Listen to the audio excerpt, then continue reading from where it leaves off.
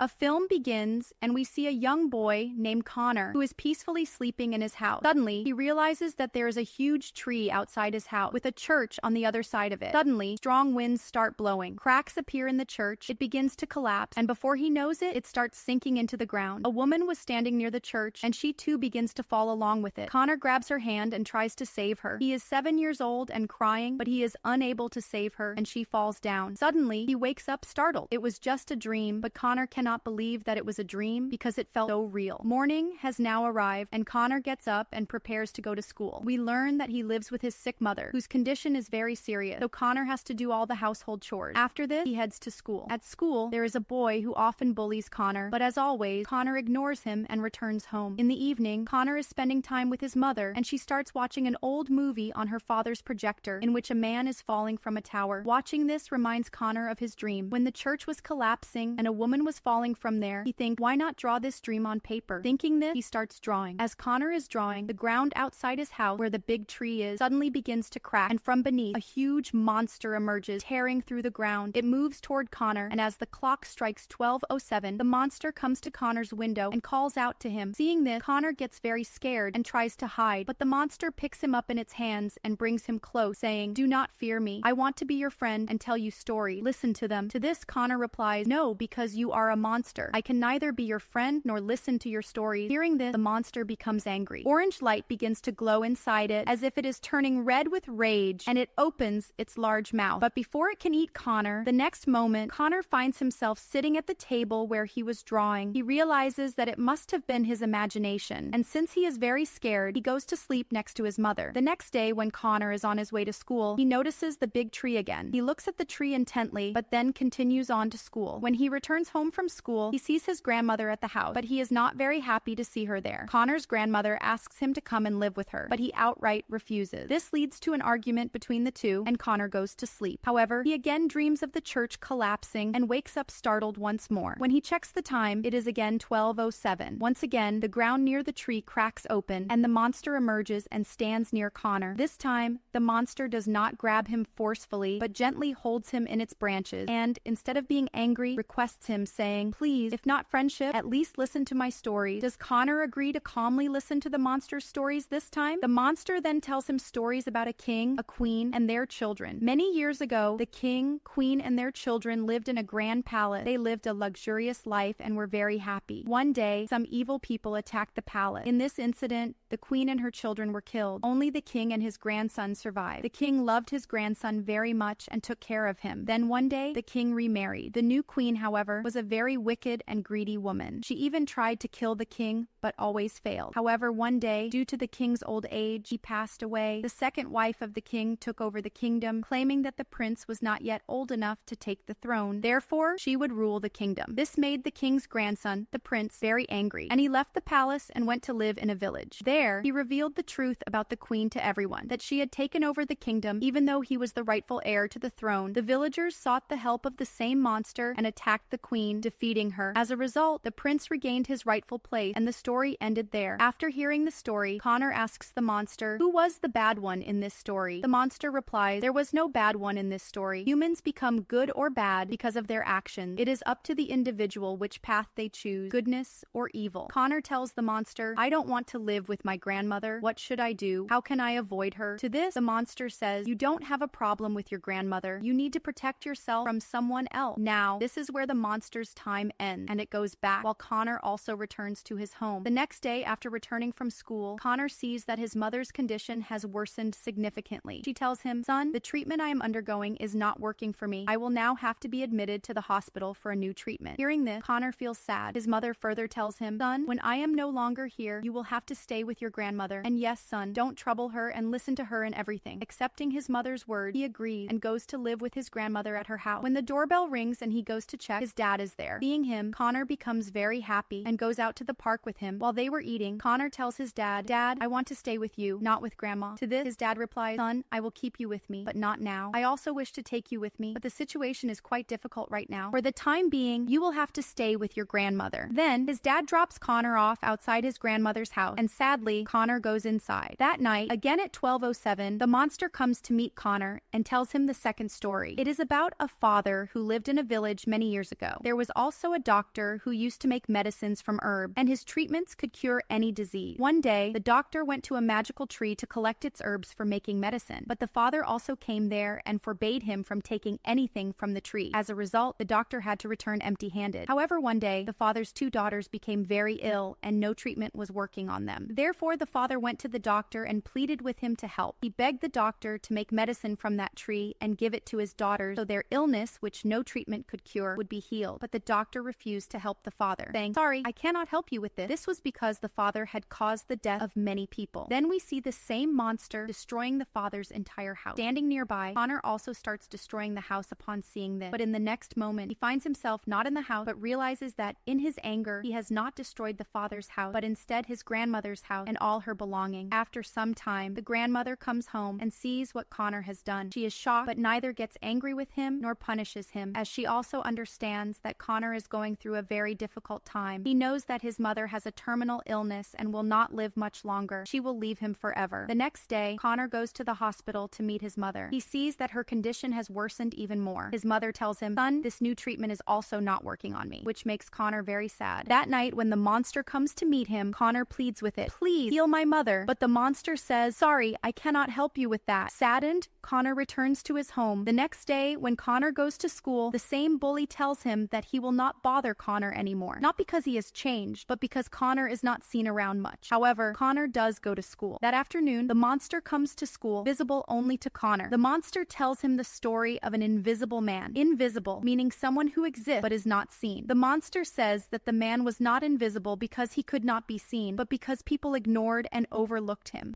Hearing this, Connor recalls what the bully said, that Connor is not seen much at school. He thinks this means he has been ignored. This thought makes him angry, and he attacks the bully, beating him up. He does this with the help of the monster. The bully is injured so badly that he is admitted to the hospital. However, after this incident, all the children at school come to know about Connor. Running to the same tree where the monster resides, Connor calls out to it and says, "Come before me, help me, heal my mother, because I know you can do it." The next moment, the monster appears there and tells Connor, "I came to heal you. I cannot heal your mother." Hearing this, Connor becomes angry. The monster says, "Everything I am doing is necessary for you, and I cannot do anything to heal your mother." At this, Connor begins to scream and shout. The monster shows him his dream. Strong winds start blowing, and soon the church begins to collapse. A woman standing near the church starts to slip and fall. It is Connor's mother. Connor runs to save her, grabs her hand, and tries to pull her up, but he cannot save her because she slips and dies. Seeing this, Connor is both sad and shocked. Then the monster comes to him and says, "Connor, now you tell the next story." At first, Connor says nothing and remains silent, but when the monster gets angry with him, he begins to tell his story. He says, "I have always seen my mother in pain. I love her very much, and I cannot bear to see her suffering. I always prayed fervently that her pain would lessen, and I hoped she would recover." The monster says to him, "But you have to accept your mother's condition." Connor replies, "I can't, because in every dream, I try to save my mother, and I also have a lot of hope that her illness will get better." Hearing this, the monster says, "But that's not your whole truth. Even though you pray for your mother, try to save her, somewhere deep down, you're also tired of seeing her in this condition. You're exhausted from taking care of her, which is why you often get angry at her. And you do want her pain to end, but not in a way that she stays alive, rather in a way that she goes to God because you can't take care of her alone." When a tearful Connor agrees and says, "Yes, that's true. You're right. I've thought about this many times, but in reality, I've never wanted it to happen." Then the monster says, "You have to accept this bitter truth now. You keep stopping her, and now you have to let her go. It's because you're holding on that you're in this state." After this, the meaning of the three stories becomes clear to us. In the first story, the prince, despite being bad, becomes a good king and takes great care of his people. In the second story, the doctor, although greedy, helps people, and the parson was a good person because of it. In the third story, the invisible man, even after making everyone aware of his presence, was lonely. So in a way, all three stories were connected to Connor. Then the monster says to Connor, "So far, you've been running away from the truth, and the difference lies in how quickly you accept the truth." All of this leaves Connor deeply troubled. That's why he falls asleep there during the night. At night, his grandmother comes looking for him and finds him sleeping near the tree. Finding him there, she wakes him up and takes him to the hospital, where their relationship starts to improve. Connor begins to bond with his grandmother. Then, when they reach the hospital, Connor meets his mother for the last time. He says a proper goodbye to her, after which she leaves this world. Later, when things return to normal, his grandmother shows Connor his mother's old room, which she had prepared for him. When he enters the room, he finds his mother's old diary, which which contains drawings of the 3 stories. Moreover, his mother had also drawn the monster. This means that when she was a little girl, she too used to see this monster and would sit on its shoulder. Here, we learn that the monster Connor saw throughout the movie was just his imagination, a thought that existed only in Connor's mind and was invisible to anyone else because it didn't exist in the real world. The monster appeared in his imagination to help him understand his mother's death so that he could accept the bitter truth that his mother was going to leave him forever. That's why the monster kept saying, "I came to heal you," because Connor could never imagine that his mother could leave him. He only thought, out of exhaustion, that his mother's pain should end. But the monster, by showing him his mother's thoughts and dreams, was preparing him to face the reality. Now that his mother had left this world, Connor felt ashamed for thinking, "Why did I think this way? Why did I want my mother to leave for God? Was I tired of taking care of her?" The monster explains to him that it's a natural human desire to want one's pain to end, and he shouldn't feel ashamed of it. The film ends here.